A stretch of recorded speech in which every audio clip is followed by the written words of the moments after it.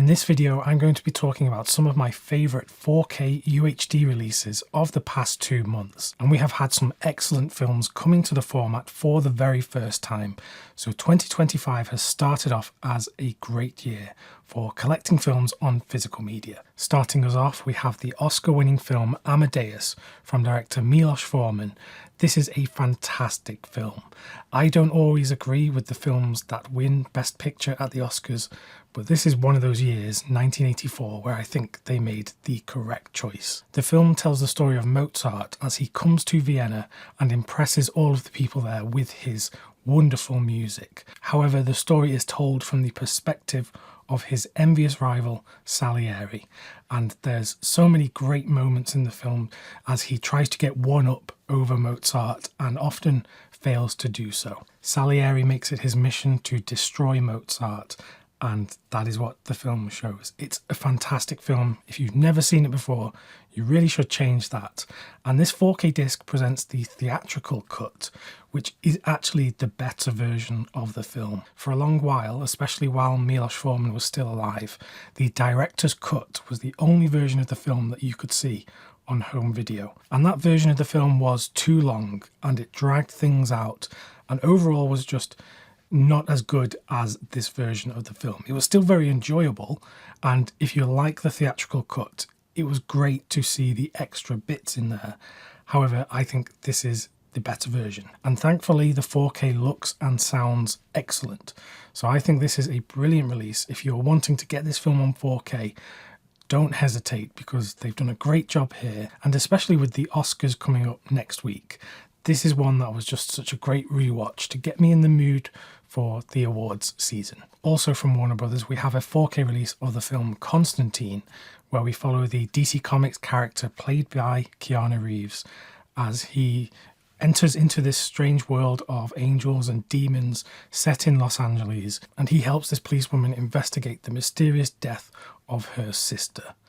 Now, this 4K disc looks excellent, and I had seen this film on a much older Blu-ray many years ago, and I remember at the time thinking that that Blu-ray didn't look that great anyway. So I think if you're looking for an upgrade of this film, this is a genuine upgrade. I was actually so surprised at how this one turned out. It looks excellent. So if you were on the fence and you weren't sure whether this is going to be worth upgrading your old Blu-ray to this disc, it is definitely worth it. And I think it's a great film. It's enjoyable. It's not amazing, but it's one that I actually really liked for a lot of its imagery and entering the different worlds with the angels and demons. And this is very much a film that we do not get these days. It feels very early 2000s, and I kind of miss this kind of cinema in mainstream Hollywood films. So it was great to revisit it on this new 4K disc, and I thoroughly recommend it. Also from Warner Brothers, and one that has proven somewhat controversial, is David Fincher's Seven getting a 4K release for the very first time. This is his mid-1990s masterpiece starring Morgan Freeman and Brad Pitt as they investigate these mysterious murders, each one of them themed around the 7 deadly sins. It's a very dark film, both in tone and theme, but also visually it is quite dark. A lot of it is set in dark rooms at night. There's lots of rain. It's funny talking about this film after Constantine, because in Seven, you feel like you are entering into this hellish world, this dark world where you don't want to live yourself. This is not a nice place to be. It's a film that's quite beautifully shot by cinematographer Darius Khondji, who I think is one of the best working today. And I was very eager to see what the 4K disc looked like. Now, before I actually got my hands on this myself, I heard many people talking about how David Fincher had made a number of changes to this film. Namely, he'd used CGI and artificial intelligence to add elements into the image. And at first this rang alarm bells in my head because I was getting flashbacks to all of the James Cameron releases where he'd used a whole load of effects, including AI, to totally destroy the image. What we have in this case is not the same as that.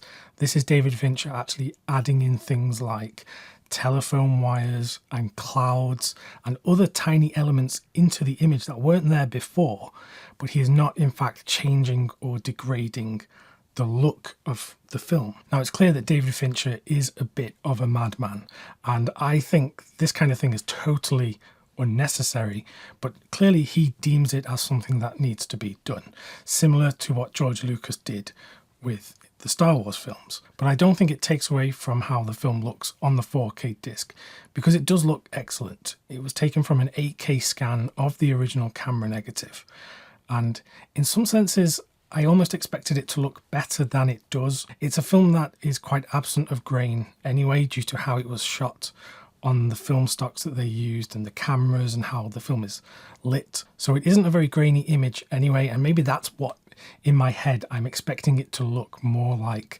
an older film shot on film. So I'll conclude by saying I think the film looks great on the 4K disc. I was personally expecting something a bit better, although I don't know what. So I think if you're looking to get this film on 4K, then you shouldn't really be too disappointed with this release. Now from Paramount, we have the 4K release of Pretty in Pink, the 80s coming-of-age teen comedy film made by John Hughes, although he didn't direct the film, he just produced the film. It's a film that I don't really hold in as high regard as something like The Breakfast Club. And I think what really holds this film back is some of the characters. I find the characters quite annoying in this film. I can't really relate to them because of how annoying I find them. So watching it on the 4K disc, I was just kind of left wanting more from the film. I do like aspects of the film. It does make me laugh at times. I think it's a decent looking film in terms of how it was shot. And I like some of the locations, particularly the record shop. I like when the characters hang out there. So I think if you have the Blu-ray of this already, you don't need to upgrade straight away. There are improvements here, of course, but you have to kind of look more closely for them, and you're not really going to be blown away if you already have that Blu-ray.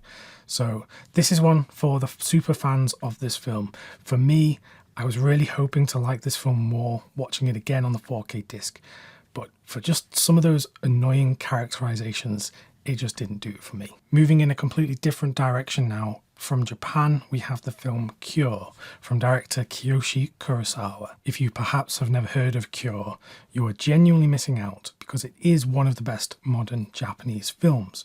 It is a thriller, much like Seven that we talked about earlier.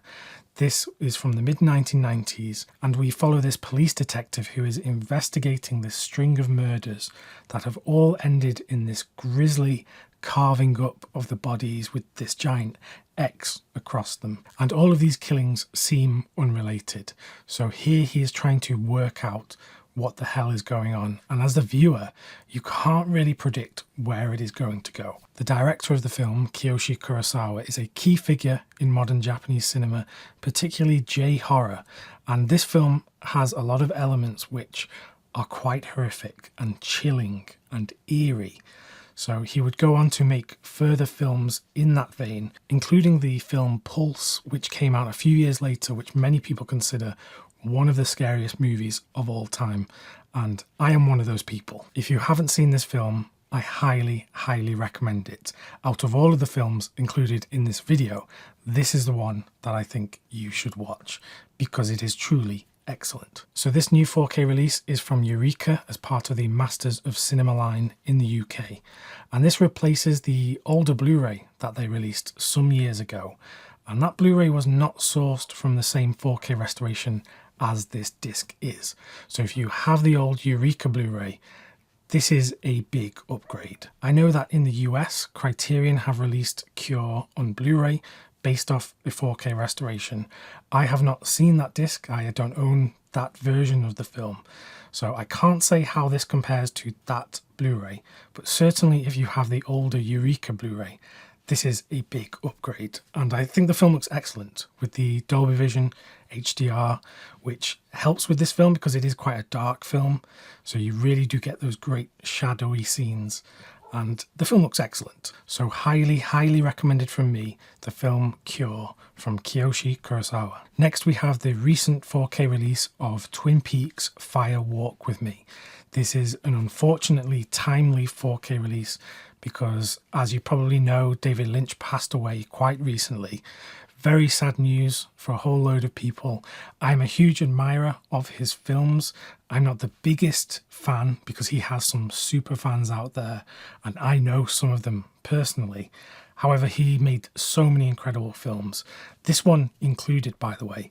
But some of my favourite films of all time were made by him. Films like The Elephant Man and The Straight Story in particular, and Mulholland Drive. Those three films I hold as dear films to me. So it truly is sad that he's no longer around. And especially when you think that we could have had one or two more films or television projects from him. I know it was rumoured a couple of years ago that he was going to show a new film at Cannes Film Festival that he'd made with Laura Dern. So I don't know if that actually exists or if it was just some wild rumour. But yeah, a real shame. But let's talk about this 4K release. This is from Studio Canal in Germany. They've released this steelbook with Twin Peaks Fire Walk with Me on 4K. Now, this did get a Blu-ray from Criterion some years ago. This one here, which got a UK and a US release. This was sourced from a 4K restoration, and I think it's the same source, to be honest with you. And one of the unfortunate things about the 4K that I have here is there's no HDR included on the release. So when you compare this new 4K to the Criterion, for example, there isn't too much difference there. There's perhaps better compression on this 4K disc because we know Criterion haven't had the best track record in that area, but you aren't going to see some massive increase in quality or better colours, better contrast, etc. I have to imagine Criterion are also lining up a 4K release of the film, although it's unlikely that they will use HDR on their release. So probably the existing Criterion Blu-ray is good enough for the majority of people. Obviously, if you are a super fan of this particular film, then by all means check out this release, but temper your expectations. I made the claim at the start of this video that we've had so many great films come to 4K for the first time this year, and this next one is no different. I have the film The Lion in Winter from 1968. The film is about King Henry II as he is deciding who is going to be his successor to the throne, and he gathers his three sons and his estranged wife, who is kept imprisoned for a number of years. And over the course of this Christmas period, he has to decide who is going to take his place. So it is very much a King Lear kind of story, much like Succession. And this creates such great drama because these people are all vying for power. And when characters want power, they will go to some great lengths. And you really see some explosive confrontation in this film. I adore this film because it brings together some giants of the acting realm. You have Peter O'Toole playing Henry II, Katharine Hepburn plays his estranged wife, the Queen, and then you have his three sons, one of which is played by Anthony Hopkins in his very first film acting role. He was selected by Peter O'Toole after he viewed Anthony Hopkins performing in a play, and if it wasn't for that chance encounter, we might have never had Anthony Hopkins as one of the great actors of cinema. The film is quite theatrical. It very much feels like a play, so there isn't much action. There aren't big battle sequences here, and a lot of it is set within the confines of this great castle that they live in. But if you want to see great acting on camera, then look no further than this film, because the performances, these are some of the best performances I've ever seen.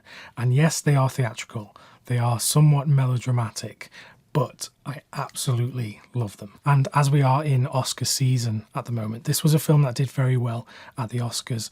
It was nominated for Best Picture, although it did not win. However, Katharine Hepburn was nominated and won her third Oscar for this film. And this was after she'd taken a break from acting after the death of Spencer Tracy. She was in this period of grieving, and I think again it was Peter O'Toole that managed to bring her back to the screen and just give this impeccable performance. The presentation of the 4K restoration is excellent on the disc. It is a firm upgrade over the old Blu-ray from Studio Canal that I have here, although I do kind of prefer the older artwork, but the artwork doesn't matter all that much. So this one gets my firm recommendation. I love the film.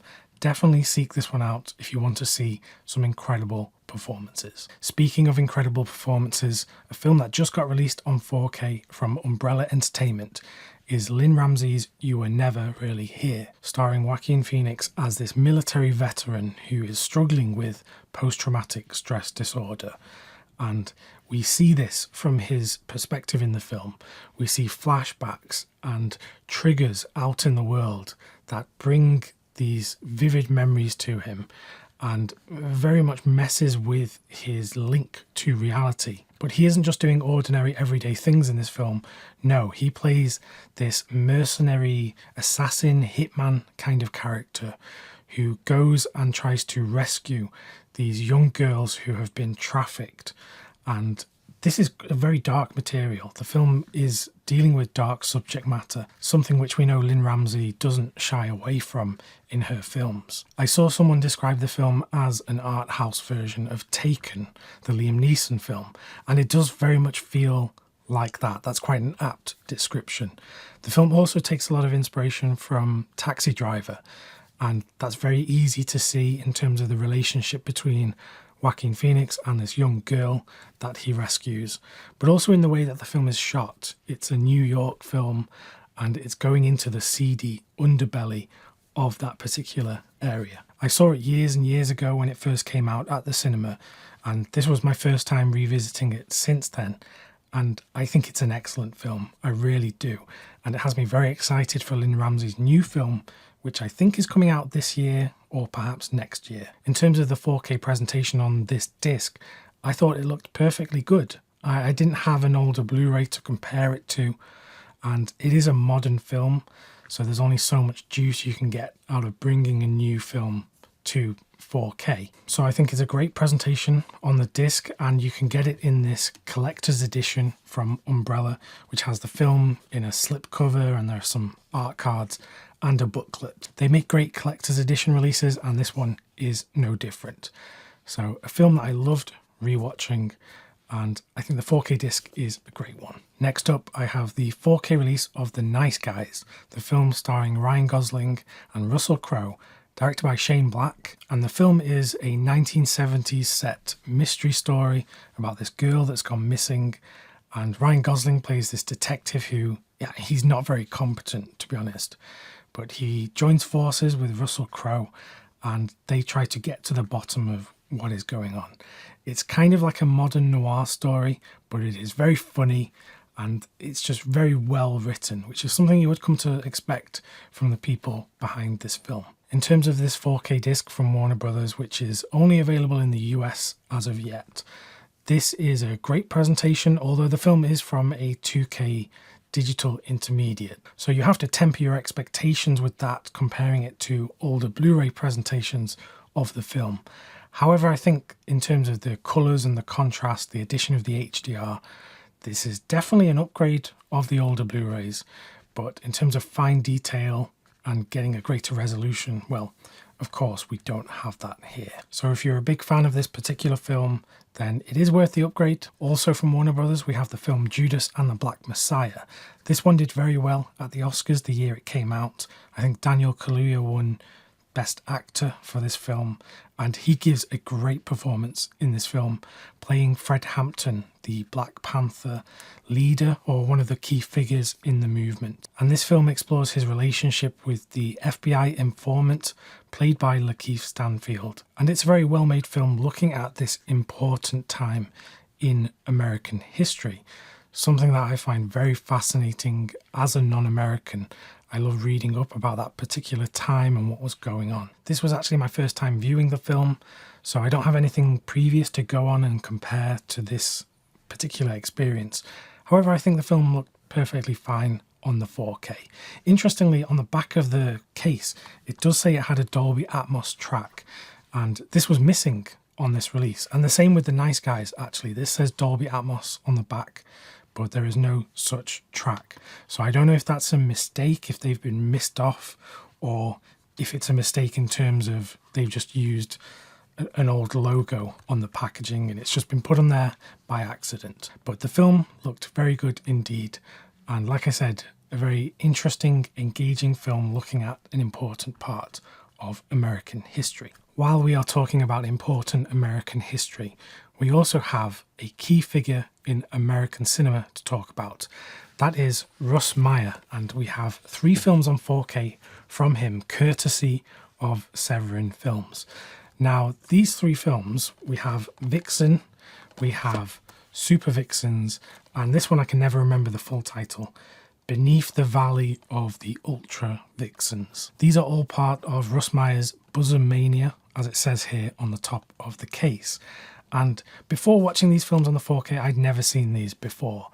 And I remember many years ago when I worked in a film shop where you could buy films on physical media, we would get a lot of older gentlemen who would come in and buy these kinds of films on DVD. And this painted a particular image of what these films were in my head, because you never had anyone younger than the age of 60 come in and buy these films. But I can tell you that I am converted on these films and Russ Meyer as a filmmaker, because yes, they have women with huge boobs, and that is very much a focus of these films, but they are telling a story and they are quite beautiful to look at. I'm talking about how the films were made and shot.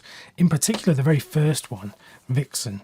This is a great looking film, and the restoration that has been done by Severin for all of these discs has really helped these films look excellent. These 4K discs have been released by Severin both in the US and in the UK, which is great because I think before these 4K releases, you could never get these films on Blu-ray.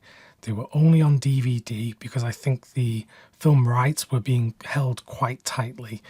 And now they are here on 4K and with some brilliant restorations, great special features. I learned so much about all of the work that went into these films and the actors, and hearing the behind the scenes stories just added so much more to the experience. So just a few years ago, these are films that I never thought I would even remotely talk about on the channel.